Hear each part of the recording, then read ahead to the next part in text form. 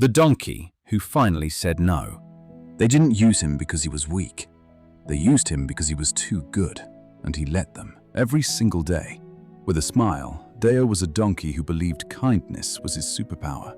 Every morning before the sun rose, before any other eye opened in the valley, Deo was already at the gate, ready to help, ready to serve, ready to give. And he carried this like a badge of honor.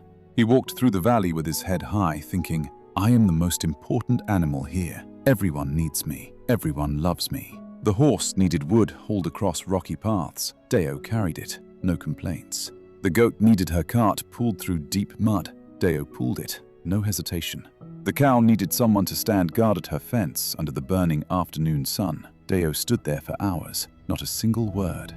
Every animal in the valley knew Deo's name. Not one knew his pain. Because behind that wide, warm smile, Deo was disappearing. Every day he gave a little more. Every day he kept a little less. His meals grew smaller. His rest grew shorter. His body grew quieter in the way that bodies do when they've been ignored for too long. But his smile never faded, because deep in his heart, Deo held onto one belief, like it was the only thing keeping him standing. If I am good enough to everyone, they will love me forever. Then came the morning he couldn't stand. His legs trembled. His back burned. His stomach had been empty since the afternoon before he'd given his last food to the goat because she said she was hungry. He pulled himself upright, slowly, painfully, and before he could even catch his breath, the horse was already at his door. Deo, I need you to carry my load. It's urgent. Deo looked at his own shaking legs, then at the horse's strong, healthy, rested. And then Deo did what he always did. Yes, he said. He carried that load across the entire valley. Every step felt like fire. Every breath felt like a battle. When he finally returned, he collapsed onto the ground, eyes closed, chest heaving. He lay there a long time. When he opened his eyes, the valley was full of life and noise. The horse was laughing with his friends. The goat was eating fresh green grass with her children. The cow rested comfortably in the cool shade. Not one animal looked at Deo. Not one came to check if he was breathing. Not one brought him a single blade of grass. He lay on the cold, hard ground, completely alone, and felt something shatter quietly inside his chest. He had spent every day of his life making sure everyone else was comfortable, and not one of them had saved him even a single moment of care. That night, the question came slowly, painfully, like a blade moving through his heart. Do they love me, or do they just love what I do for them? The silence gave him the most painful answer of his life.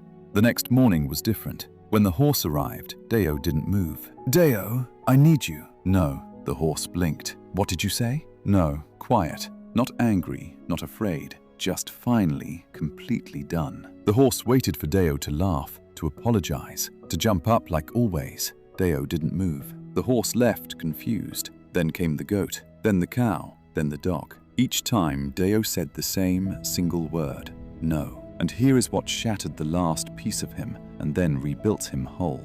The valley didn't stop. The horse carried his own wood. The goat pulled her own cart. The cow managed her own fence. Life continued smoothly, perfectly, as if Deo had never been there at all. They hadn't needed him.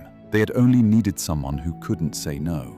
Weeks passed. Deo ate his own food first. He rested his own body first. He guarded his own time first. Slowly, his legs stopped shaking. Slowly, his back stopped burning. Slowly, he began moving through the valley in a different way, not with the desperate hunger to be loved, but with the quiet, unshakable peace of someone who had finally chosen himself.